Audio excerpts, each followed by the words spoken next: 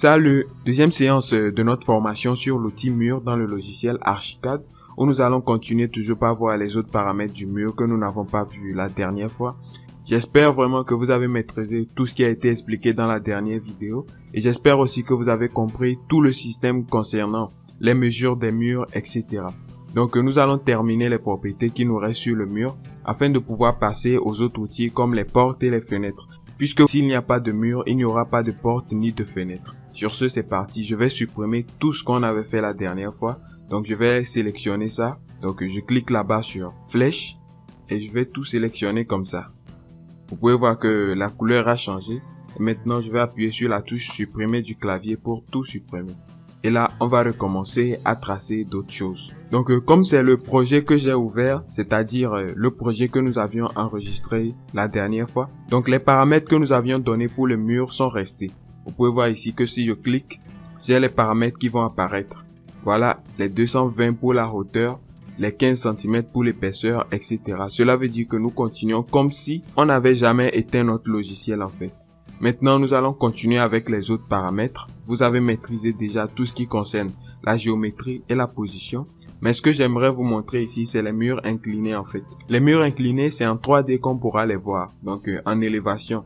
Vous pouvez voir ici que pour choisir un mur incliné, il suffit juste de cliquer ici sur l'inclinaison en fait, sur un mur incliné. Donc je clique là-bas et vous voyez que cet onglet-là s'est activé. Donc l'activation de cet onglet va nous permettre de donner l'angle d'inclinaison de notre mur. Donc je vais tracer un mur incliné par exemple à 30 degrés. Donc je sélectionne tout ce qu'il y a ici et je vais créer les 30 degrés. Donc voilà. On a les 30 degrés ici. Maintenant on va cliquer sur OK. Donc je vais choisir l'option de géométrie de mur simple pour pouvoir tracer un simple mur. Voilà, je trace mon mur comme ça. Vous pouvez voir que j'ai mon mur ici qui est tracé. Donc pour passer à la vue 3D afin de voir l'inclinaison de mon mur, je n'ai juste qu'à appuyer sur le bouton F3 du clavier. Donc j'appuie. Vous pouvez voir que je suis passé à la vue 3D. Maintenant je peux zoomer de la même façon que je vous avais montré, c'est-à-dire en tournant la molette. Et si un élément sort de ma vue, j'appuie sur la molette, je ne laisse pas et je déplace cet élément-là afin de le ramener dans ma vue. Maintenant si je veux faire de la rotation, si je vais tourner mon mur, je veux le voir dans les autres côtés, je vais cliquer ici sur cette icône-là, orbite. Voilà. Donc je clique et vous pouvez voir que j'ai maintenant une sorte de flèche ou bien d'orbite qui me permet de tourner. Donc pour tourner mon mur, je vais cliquer et sans laisser, je vais tourner. Voilà. Maintenant je peux dézoomer pour mieux voir ce que je suis en train de faire. Donc vous pouvez voir que j'ai un mur incliné à 30 degrés. Donc c'est l'inclinaison ici. Cela va nous permettre de faire des murs, des cases, etc. Ça dépend vraiment de ce dont on a besoin dans notre projet. Maintenant que vous avez compris cela, on va passer à d'autres options. Et cette option, c'est par exemple la couleur de ce mur-là. Vous pouvez voir que nous avons un mur en couleur de bois, etc. Ça dépend du matériau que nous avons choisi. Donc pour cela, on va revenir en 2D ici. Et nous allons aller dans les propriétés de notre mur. Maintenant, nous n'allons plus nous occuper de la géométrie et position, puisque nous maîtrisons tout ce qu'il y a déjà ici. Donc vous pouvez voir que nous avons un mur de forme trapézoïdale, c'est-à-dire une grande base et un haut effilé. Donc c'est la même chose, vous n'avez juste qu'à choisir les angles d'inclinaison de chaque côté. Donc vous pouvez voir que nous avons la face extérieure ici. Donc vous allez choisir cette inclinaison et la face intérieure aussi, vous allez choisir l'inclinaison. À vous d'essayer et de faire la remarque. Donc on va passer à autre chose. On passe au plan et à la coupe. Donc les options plan et coupe, c'est tout ce qui concerne le plan que nous sommes en train de faire et les coupes de ce que nous sommes en train de faire. Vous pouvez voir ici que j'ai un mur en plan. Et puisque le plan c'est juste une coupe à une certaine hauteur, vous avez ici notre mur hachuré avec des rayures café et des bordures noires. Tout cela c'est des paramètres que nous avons déjà donnés ici sans le savoir. Donc c'est les paramètres par défaut. Vous pouvez voir ici que les bordures sont en gris. Voilà ces couleurs là ici en fait. Et les hachures aussi qui ont été sélectionnées par défaut avec le matériau que nous avons choisi pour notre élément. Voilà, donc c'est tout ce qui concerne le plan et coupe. Si vous voulez modifier la coupe de votre élément, par exemple, je vais choisir du rouge et nous allons tracer un nouveau mur afin que vous puissiez voir la différence. Donc je clique sur les couleurs et je choisis la couleur que je veux pour les coupes de mes murs. Donc je clique sur OK, je vais tracer mon deuxième mur comme ça. Voilà. Maintenant, vous pouvez voir que les coupes sont rouges. Vous pouvez voir que les coupes sont rouges ici. Donc, à vous de travailler sur ces couleurs-là parce qu'on ne va pas s'attarder dessus. Ce ne sont pas des choses qui sont difficiles à comprendre. Donc, juste en modifiant et en retraçant des murs, vous pouvez le faire facilement. Maintenant, nous allons passer au modèle. Le modèle, c'est la couleur, en fait, du mur que nous avons vu en 3D. Donc, si j'active ceci, vous pouvez voir que nous avons des modèles blancs, donc de la couleur blanche. Ici, c'est la face externe, la face extérieure de notre mur. Ici, c'est les côtés latéraux, donc en épaisseur. Et cette partie, c'est la partie intérieure de notre mur. Donc, on pourra choisir des couleurs en fonction de ces parties-là, c'est-à-dire l'extérieur et la face latérale et puis l'intérieur. Donc, je vais cliquer sur OK et nous allons retracer un nouveau mur, vous allez voir. Voilà, je clique maintenant sur OK. Et vous pouvez voir que les paramètres que j'ai donnés en fait sont restés. On peut voir la couleur rouge ici. Pourtant, celui-ci était en noir. Et maintenant, on va passer en 3D. Donc, pour passer aussi en 3D, on peut ne pas appuyer sur la touche F3, mais on va simplement cliquer ici sur la fenêtre 3D. Donc, je clique là-bas et on se retrouve en 3D. Maintenant, je vais déplacer et vous pouvez voir que j'ai 3 murs. Je vais les tourner. Voilà, j'ai les 3 murs ici. Pourquoi ces 2 murs sont différents? Vous pouvez voir dans les propriétés actuellement que je suis sur un mur trapézoïdal. Voilà, c'est ça ici. Donc, c'est ça qui fait que nous avons ces 2 murs-là en forme trapézoïdale. Sinon, je serais resté sur un mur incliné et on aurait la même chose avec celui-ci. Maintenant, vous pouvez voir que les propriétés ont changé parce que ici, nous avons une couleur de bois aussi, mais ici, nous avons du blanc. Ce blanc-là, en fait, c'est la propriété que nous avons ajoutée ici. Donc, au niveau du modèle, nous avons ajouté de l'enduit blanc nature. Si je veux modifier maintenant les propriétés d'un mur, donc je vais sélectionner ce mur-là. C'est ça, en fait. Donc, maintenant, nous allons passer à tout ce qui est modification. Par exemple, j'ai déjà tracé ce mur-là. Et en 3D, on peut voir que le mur a une couleur de bois. Et maintenant, je veux changer la couleur de ce mur-là.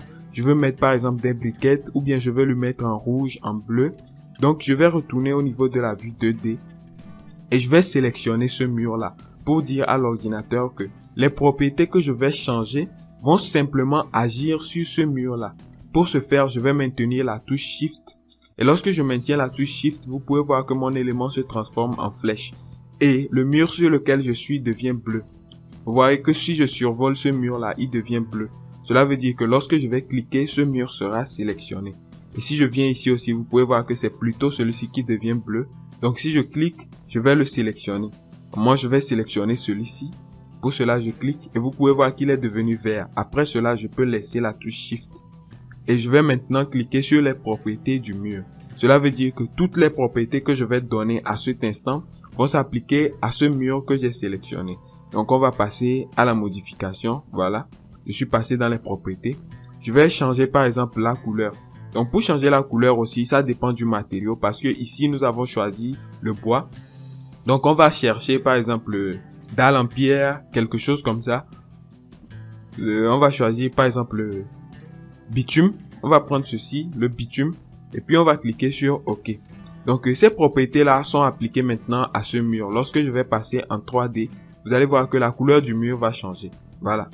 Sans que je n'aie à modifier les autres couleurs, j'ai simplement sélectionné ce mur-là que j'ai modifié. Cela ne veut pas dire que les propriétés ont changé parce que lorsque je vais désélectionner ce mur-là, donc pour désélectionner, je vais cliquer dans l'air et voilà, je viens de désélectionner ce mur-là. Si je vais tracer maintenant un nouveau mur, c'est les anciennes propriétés qui vont venir. Donc je vais retracer le mur et vous allez voir que là, c'est les mêmes propriétés qui sont appliquées. Maintenant, je vais passer en 3D. Et on peut voir aussi que c'est la même couleur qui va s'appliquer parce que je n'ai pas changé les propriétés générales de mon travail. Donc pour passer aussi en 2D, on peut appuyer sur la touche F2.